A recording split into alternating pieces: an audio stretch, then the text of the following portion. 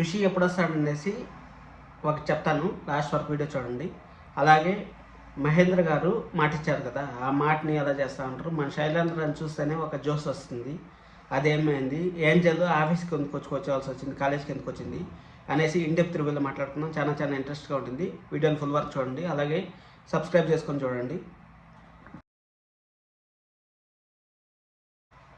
ఈరోజు సీరియల్ ఎలా ఉందో కూడా కామెంట్ చేసేయండి. హాయ్, అందరికీ నమస్కారం. నా పేరు కిరణ్. ఇప్పుడు మనం మాట్లాడుకుంటున్నాం గుప్పుడంత మనసు సీరియల్ ఈరోజు ఏం జరిగింది అనేసి స్టెప్గా మాట్లాడుకుందాం. మొత్తం 4 స్టెప్పులుగా జరిగింది. ఆ 4 స్టెప్పులు మనం మాట్లాడుకుందాం. మహేంద్ర గారు మనకి మాట ఇచ్చేశారు కదా, మనకి ఈ విధంగా మీ నాన్నని నేనే ఎత్తుకొచ్చి పట్టుకొస్తా అనేసి. అప్పుడు వసుంధర మళ్ళీ ఆ అనుపమ్మ గారు చాలా టెన్షన్ పడుతూ ఉంటారు. మనోహేంద్ర గారిని ఏం చేస్తారు అనేసి. ఎందుకంటే వాళ్ళ నాన్న మహేంద్ర గారే అనేసి వాళ్ళకి తెలుసు, కానీ నిజం అయితే బయట రావట్లేదు. ఆ నిజం తొందరలోనే బయట వస్తుందని మనం పూర్తిగా కోరుకున్నాం. దానికి లింక్ ఉంది, ఋషికి దానికి లింక్ ఉంది. ఆ లింక్ నేను చెప్తాను మీకు.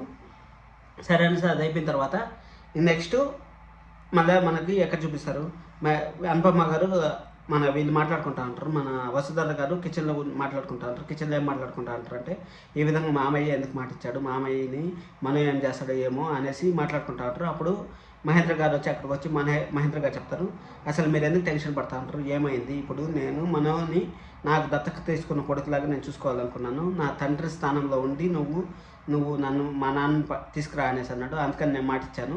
నేను మహేంద్ర కోసం మనో కోసము వాళ్ళ నాన్న ఎక్కడున్నా ప్రతి వీధి తిరిగి నేను పట్టుకుంటాను, వాళ్ళ నాన్న పట్టుకుంటాను అనేసి అంటాను. మహేంద్ర గారికే తెలియదు వాళ్ళ నాన్నే అనేసి, కానీ ఆయన ఎత్తుకు పట్టుకుంటారు అనేది చాలా మనకు ఎలా అనిపించిందో కూడా కామెంట్ చేయండి. మీకు కూడా ఎలా అనిపించిందో. నాకైతే మాత్రం చాలా ఇదిగా అనిపించింది. సరే అనేసి అక్కడికి అయిపోయిన తర్వాత సరే మహేంద్ర గారు అక్కడి నుంచి ఆడికి వెళ్ళిపోతారు. అక్కడి నుంచి సరే వీళ్ళకి ఏం చేయాలో తెలియట్లేదు. ఎందుకంటే మహేంద్ర గారిని మనో చంపేయాలనుకుంటాడు. ఎందుకంటే వాళ్ళ ఫాదర్ ఎవరో తెలిస్తే చంపేయాలనుకుంటాడు. కానీ మహేంద్ర గారు వాళ్ళ ఫాదర్ అని తెలిస్తే మాత్రం అసలు ఏం చేయడు. ఎందుకంటే మహేంద్ర గారికి కూడా ఇప్పుడు వాళ్ళ ఫాదర్ అని తెలియదు కాబట్టి అసలు దాని గురించి మనం ఆలోచించాల్సిన పనే లేదు. టెన్షన్ పడద్దండి ఎవరిని మహేంద్ర గారి ప్లాన్స్ ఉంటాయి అనేసి నేను చెప్తా ఉన్నాను. సరే అనేసి అది అయిపోయిన తర్వాత ఇంకా కాలేజీకి షిఫ్ట్ అవుతుంది.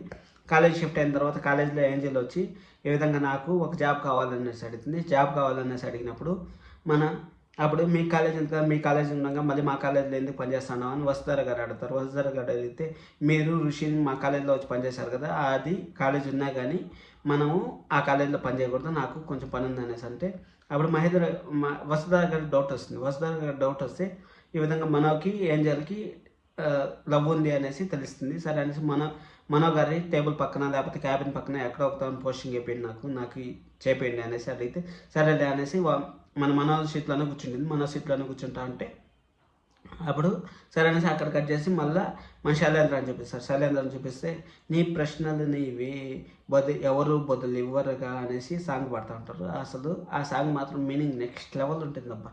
అసలు అది ఎందుకంటే చెప్తారో చెప్తే నాకు శైలేంద్రని చూస్తే ఎక్కడ లేని జోస్ వస్తుంది అబ్బా. సీరియల్ భలే ఉంటుంది, ఇంట్రెస్ట్గా ఉంటుంది శైలేంద్ర ఎపిసోడ్ అసలు.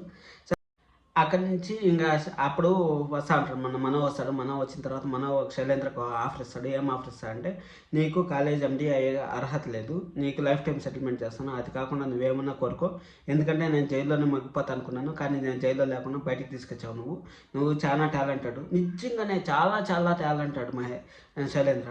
అసలు మహేంద్ర వీళ్ళని మనోని బయటికి తీసుకురావడంలో కానీ, ఋషిని హెల్ప్ చేయడంలో కానీ, ఋషి రావడానికి కారణం అయ్యేది కూడా శైలేంద్రని ఖచ్చితంగా చూసుకోనండి.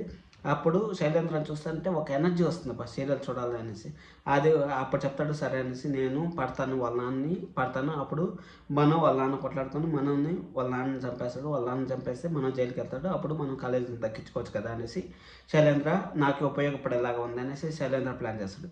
శైలేంద్ర ప్లాన్ చేసిన తర్వాత ఇక్కడ ఏం జరుగుతుంటుంది, మన ఏంజల్ కలిసి ఎందుకు వచ్చావు నువ్వు ఇక్కడికి, ఏం చేస్తాను నువ్వు ఇక్కడ అనేసి అడిగితే, నాకు ఉద్యోగం వచ్చింది, నేను ఎక్కడ ఉంటాను అనేసి అంటే అప్పుడు కొంటి చూపుల్లాగా చూస్తూ ఉంటుంది మన ఏంజల్. కొంటి చూపుల దాకా చూస్తూ అంటే శైలేంద్ర వీళ్ళు మన వసుధర వెనకాల నుంచి చూస్తూ ఉంటుంది. వసుధరకి డౌట్ వచ్చేసింది. ఈ విధంగా ఏంజల్ మనల్ని ప్రేమిస్తాను అనేసి ఖచ్చితంగా కన్ఫర్మ్ అయింది. అది అన్సయ్య గారికి చెప్పడము, అన్సయ్య గారు ఇంకా వాళ్ళ నాన్న ఎవరో తెలిసిపోయిన తర్వాత వీళ్ళ లవ్ గురించి చెప్పడము అవంతా జరుగుతూ ఉంటాయి. ఈ ఎపిసోడ్ వాళ్ళ నాన్న ఎవరు తెలిసిపోయిన నెక్స్ట్ ఎపిసోడ్ నుంచే మన ఋషి వేట స్టార్ట్ అవుతుంది. ఋషి ఎక్కడున్నాడో తెలుస్తుంది. అప్పుడు లోపల మనం ఋషిని కూడా చూపించచ్చు. ఇది ఋషి కోసం అనేసి ఇంతసేపు వెయిట్ చేసిన ఖచ్చితంగా సారీ, ఎందుకంటే లాస్ట్లో చెప్తే బాగుంటుంది కదా ఇంట్రెస్టింగ్ మ్యాటర్లు అనేసి మీకు చెప్తాను. ఇంతసేపు మీరు వీడియో చూసారని నచ్చిందని అనుకుంటాను. Thank you so much. This is Kiran signing.